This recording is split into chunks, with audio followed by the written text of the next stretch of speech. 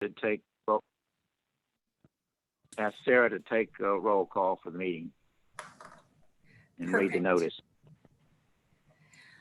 Please note that this meeting is being recorded. The Health and Educational Facilities Board of the Metropolitan Government of Nashville and Davidson County, Tennessee, will be held in accordance with Executive Order Number 16, signed by Governor Bill Lee on March 20th, 2020, as extended by Executive Order Number 34, signed by Governor Bill Lee on May 6, 2020, as extended by Executive Order Number 51, signed by Governor Bill Lee on June 29th, 2020, as extended by Executive Order Number 60, signed by Governor Bill Lee on August 28th, 2020, as extended by Executive Order Number 65, signed by Governor Bill Lee on October 28th, 2020, as extended by Executive Order Number 71, signed by Governor Bill Lee on December 22nd, 2020, allowing a governing body to hold meetings by electronic or other means of communication without a quorum physically being present if the governing body determines that meeting by electronic means is necessary to prevent the spread of COVID-19 or other related epidemics, to protect the health, safety, and welfare of the public and members of the governing body. All votes taken during this meeting will be by a roll call vote. And now we will call roll. Ms. Baldwin? Here. Ms. Carr? Here. Ms. Klingscales? Here. Mr. Moth? Here. Ms. Sharp? Here. Chairman Meyer? Here? And then Dr. Aday? Here. Perfect. All members of the board are present. All right, thank you, Sarah. Cindy, a notice has been published and Yes, sir. give notice, okay? So we have minutes of us from January 11th, which was not that long ago, but we have the minutes that were presented to us, mailed to everyone, hopefully. And any corrections or additions to those minutes as presented? If not, can I have a motion to approve the minutes as presented? So moved. Second. Moved, is there a second? Okay, any further discussion of the minutes? If not, Sarah, please take a roll call for approval of the minutes. Dr. Aday? Yes. Ms. Baldwin? Yes. Ms. Carr? Yes. Ms. Klingscales? Yes. Mr. Moth? Yes. Ms. Sharp? Yes. Chairman Meyer? Yes. All members of the board have approved the minutes. All right, thank you, Sarah.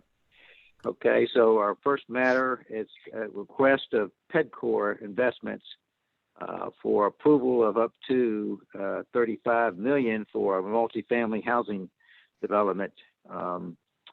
And I guess we have someone, who is it, someone here to speak for that development? Yes, that would be me, Ryan Rogers with PEDCOR Investments. Okay. And, sorry, should I go ahead and give a little background? Yes. Sure. Yes, please do. Well, just to give you a very short background of PEDCOR, we specialize in developing affordable housing. We've developed about over 26,000 units in about 20 different states of affordable housing. We have, and that's been over the past 30 years.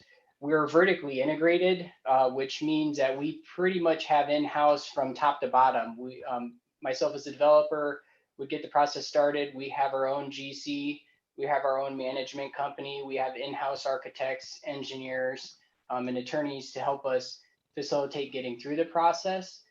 We typically keep all of the developments in our own portfolio. So the majority of those 26,000 units still remain in our portfolio and are managed by PEDCOR. So we like to be a good neighbor and develop units that are going to both operate well and look very pleasing for the long term. In the Nashville area, we have a couple communities in Nashville proper. We have a development in Goodlettsville We have a development in Gallatin, and I just closed on a development that's in Lebanon that just started construction. So turning to this site here, it's been named Ascent Apartments. It's for 240 units. 100% of them would be affordable. Right now, we're setting those, it's a little bit of a different time period because of all the rule changes that are going on. There is some income averaging that is now going to be allowed. So I say that we're setting these units at the 60% income levels, but it's possible that there could be a variety of actual income levels that are allowed to rent here. It could go as low as 40% and up to 80% AMIs, is depending on how the rules of income averaging happen. So we hope to have a diversity of income levels available to rent at this development. It's ideally situated. It's only about 5 miles north of downtown Nashville. So it's in a place that obviously is in dire need of affordable housing.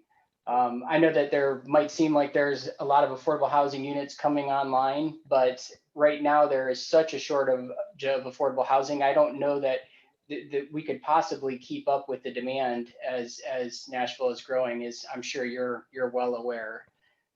This is a site that we've actually been developing for about the past year and a half. So as opposed to maybe a lot of projects you see come in, we have been working on this site for quite a while, and we are very close to near completion in terms of getting all the entitlements for the site. We've been working with the city, who has been extremely helpful to us. They have accelerated some of our reviews due to the fact that it's an affordable housing development, which is seen as a priority within the department. So at this point, we have gotten almost all of the site plan approvals that we need. We just have a couple more that we're needing to attain, and we're at the very end of the process of the building plans review. We're in the second round of review there. So we are expecting to be able to have all of our permits in hand by mid-March at the latest. In addition to that, we have secured equity and debt from Regions Bank, from a local branch in the area. So we're positioned very well in terms of this deal being ready to close and move forward to construction. We typically wait a little bit longer in order to make the applications due to the nature of some of the financing types we use, along with trying to time that with the requirements that THDA has for the tax credit awards.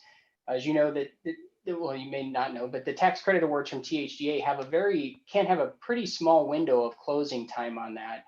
And so we kind of have to thread the needle of getting our debt and equity in place and getting our tax credit award so that we will be able to close everything and meeting all of the guidelines.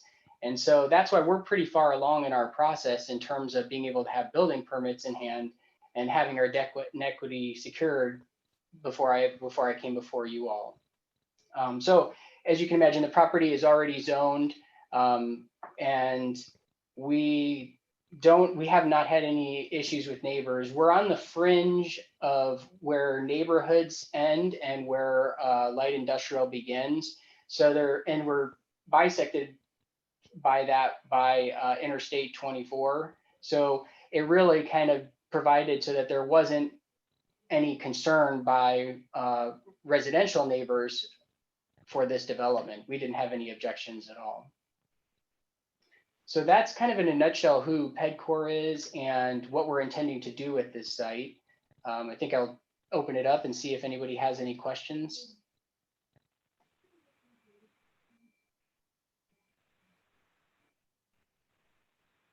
I might have missed this. This is Shelley Baldwin. Sorry, I might have missed this when you were talking, but are all of your other properties local to Nashville, or are they all over the place? Well, we have 4 developments or so within Nashville metro area. Then we've got another, then the rest, so the rest, that 4 would be, on average, they're about 200 units or so. So we have about 600 to 800 units in the metro Nashville area of that 26,000. Then we have some other developments in Tennessee and in Tennessee and Memphis, and the remainder of that would be in the other 19 states of that 26,000 total. So in the metro Nashville area, we have probably about 600 to 800 units. Haven't you all done a project through this board before? Yes, I would believe that we did Weatherly Ridge, which is down in Murfreesboro Road and Bell Road, Murfreesboro Pike and Bell Road, number of years ago. And I'm not sure if we had to go through your board for Dry Creek or not, which is in Goodlettsville, but we may have been here for that too. Dry We Creek did was the- through this board also. That's Okay. in Davidson County also. Mhm. Yeah, so yeah, we have those other projects that we've done, we have used tax exempt bonds for. So that's what I wasn't sure if Goodlettsville was considered in the purview of your board. But yeah, so we would have been there. That's 2 phases. Both of those projects, Dry Creek and Weatherly Ridge, are 2-phase developments that we would have been through this board for those, the approval of the inducement resolution for. Is Dry Creek completed? Yes, Dry Creek's been complete for a while now. I think the 2nd phase we closed in 2012 on phase 2 of that. Oh. And so now that 2nd phase was probably, well, I actually have it here, it was only 92 units.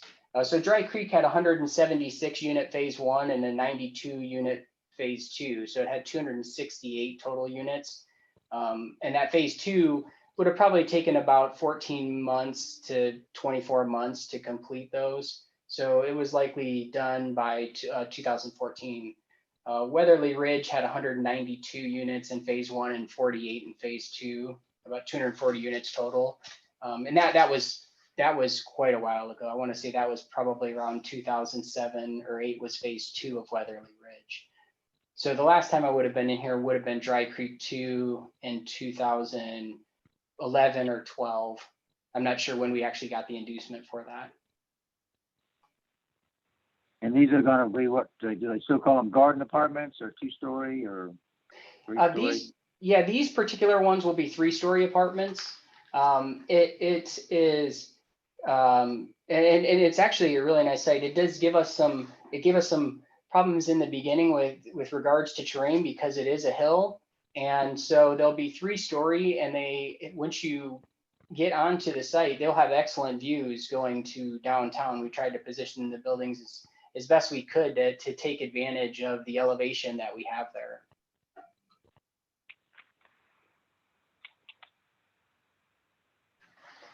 So will the apartments looking south cost more than apartments looking north? No, no, because we're not market rate, because we're affordable, and as you can imagine, in the market, there's a set maximum that we can charge for that income level, and they're all set at that max. So it won't matter. I think it's more if you get lucky. The first people in will get the better views than the people in later. Right. And do you have your rents yet, or do you know those? Well, I do have rents for right now. Those rents do change yearly based upon HUD Right. established income levels. And Right. the other thing that could change on this is that we are using right now that I have is the utility allowance are figured into the total rents. So I can give you some numbers. Like we're planning on charging $854 for a 1-bedroom, $1,019 for a 2, and $1,171 for a 3-bedroom. So this development has 1 bedrooms, 2 bedrooms, and 3 bedrooms. The 2 bedrooms have 2 baths, and the 3 bedrooms have 2 baths. And those rents are again, so the things that can change on that are the utility allowances. So in the amount of that rent that is determined, we are having the tenant pay their own electric bill. Everything in there will be electric. We are paying the water, sewer, trash. And some of those numbers can change in that those allowances change yearly. Likewise, the rent maximums can change yearly, and those can go up and down depending on the economic climate because it's determined based upon the area median incomes.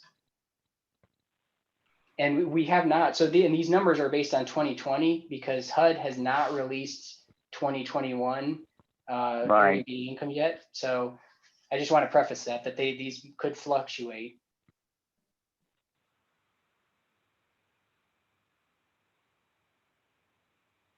Further questions? we do have a requirement for a public hearing, so I'm going to take this time right now to ask if there's anyone on the line who wanted to speak for or against this project other than the board members. I'm not hearing anyone speak to indicate they wish to speak at the hearing, so we're going to close the public hearing. Note that we have given the opportunity to have a public hearing. No one has appeared. And so further questions from board members. And we have a resolution before us that will need a motion and a second to adopt the resolution, which again, this is preliminary approval, or they will submit it to Tennessee Housing Development Agency to get the set asides, their assignment of tax credits. And if they're successful in that, then they would be coming back to us several months down the road, I presume, for final approval for the issuance of the bonds.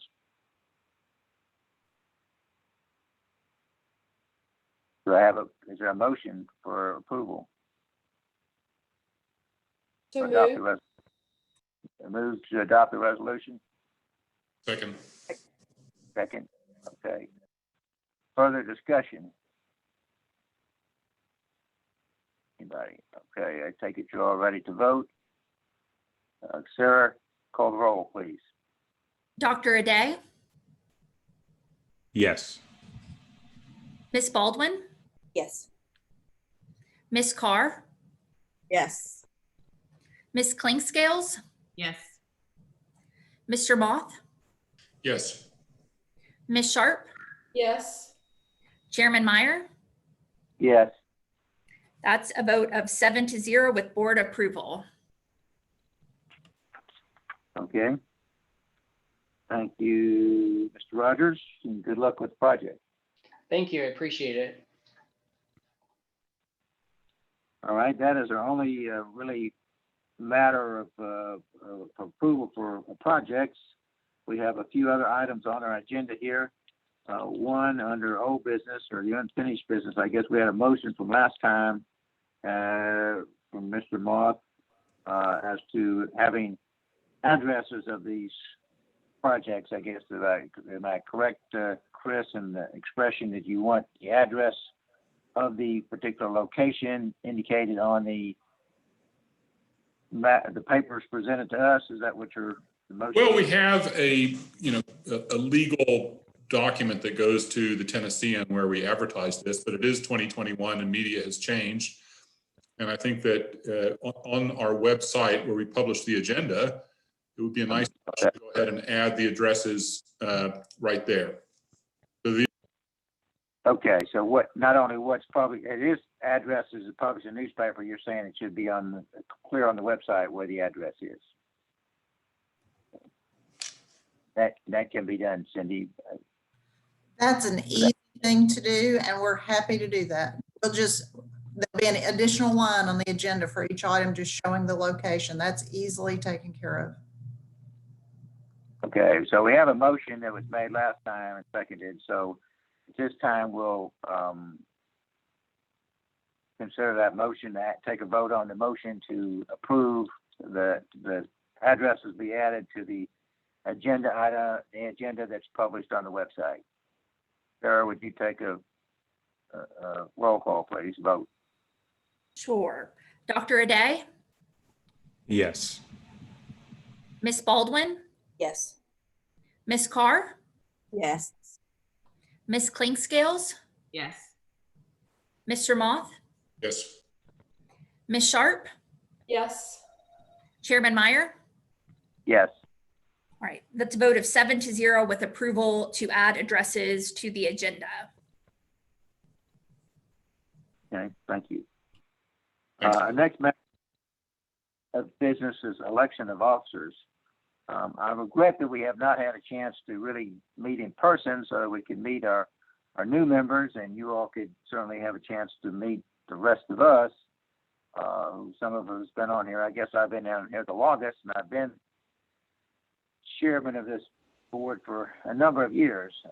My term will be up in 2022, and I would be glad to continue to serve as chairman if the board so chooses, members so choose. Mr. today has been has served as secretary, and our vice chair, who was the vice chair, his term ended in September, and so we have not had a vice chair since then. And I hope maybe Mr. Aday might be interested in stepping up from secretary to be vice chair. But we'll open the meeting to nominations. Mr. Aday, if you want to say anything, or anybody. Mr. Meyer, I don't mind being vice chair, but I was going to recommend that you continue on as chair. Okay, so you're nominating me. Are there any further nominations? I'm delighted to nominate Isaac for the Dr. Aday, rather, for the promotion. So I second both of those. Okay. All right, so we have a nomination for chair and vice chair. Any other nominations? I know Ms. Klingsdale, I think, had expressed maybe she was interested in the secretary position. Is that something you would be interested in? I could be interested in. I'm just. Oh, I'm so nominating Ms. Klingsdale's I'm that just position. curious So. what the responsibilities are for that position. Is that something that can be shared? Say again? Are the responsibilities for the secretary position? Dr. Day, can you share what those responsibilities have been? What does that look like? Yeah, for me, it's been working with Cindy, making sure that we have the proper documentation in place. We haven't been working in in an in-person environment, and I kind of assumed this role right before we moved into this COVID space. So it's been mostly working over digital means more so than doing anything in person. I see. All right. We do need, usually the chairman and the secretary have to sign resolutions and sometimes some of the documents for closings, which Cindy has been very helpful in getting documents. We used to do them after the meeting sometimes, and then at closings, maybe at their office, but now most of them are done, sometimes the documents are provided to me and they would be provided to you for those that need your signature. That would be, you do not have to, Cindy's office with Sarah and others keep the minutes of the meeting, so you don't have to do that. It's mostly a matter of signing on as for several documents which require both the chairman and the secretary's signature. So. Thank you. That's clear. I'm happy to do that. We try to make it as easy on the officers as we can. So we do the heavy lifting. It means you may get to electronically sign your name every now and then. Oh, okay. I So want to say yes and there- not be clear on what I was committing to. So, There's but not happy- extra homework between meetings for any of you, hopefully not. So no. Okay. Thank you. Okay, so we have nominations for chairman, vice chairman, and secretary. Any other nominations for any of those offices? If not, we'll take a roll call vote then to ask for you all's approval of these nominees as presented. Sarah, will you take a roll, please? Dr. Aday, Yes. Ms. Baldwin, Yes. Ms. Carr, Yes. Ms. Clinkscales, Yes. Mr. Moth, Yes. Ms. Sharp, Yes. and Chairman Meyer. Yes. That's a vote of 7-0 with approval of the current nominees. All right, well, thank you all very much. I appreciate your confidence in letting me serve at least another term. I appreciate Dr. Day and Ms. Clinkscales serving in their positions.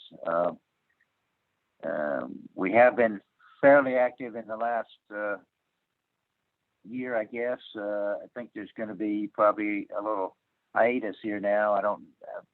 In discussing with Cindy, we don't seem to have any projects.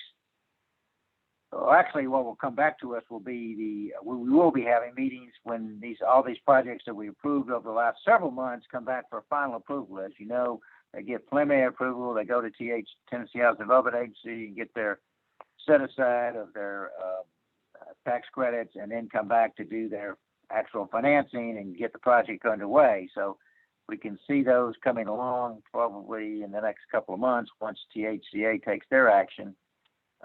We maybe have 2 or 3 maybe at one time, but depending, I don't know how fast they're acting, how many applications they have, but and they're probably pretty full with applications now. So anybody coming in now at this point is probably not going to get any more. They're probably full in terms of all their set-asides that they have. But as you know, we meet on just a call basis, and Cindy, I'll let you comment if you can even anticipate when we might meet again. Or Well, the process with THDA, this is the last one that had requested a meeting by the board that we have heard about. So that may be the end of applications for 2021.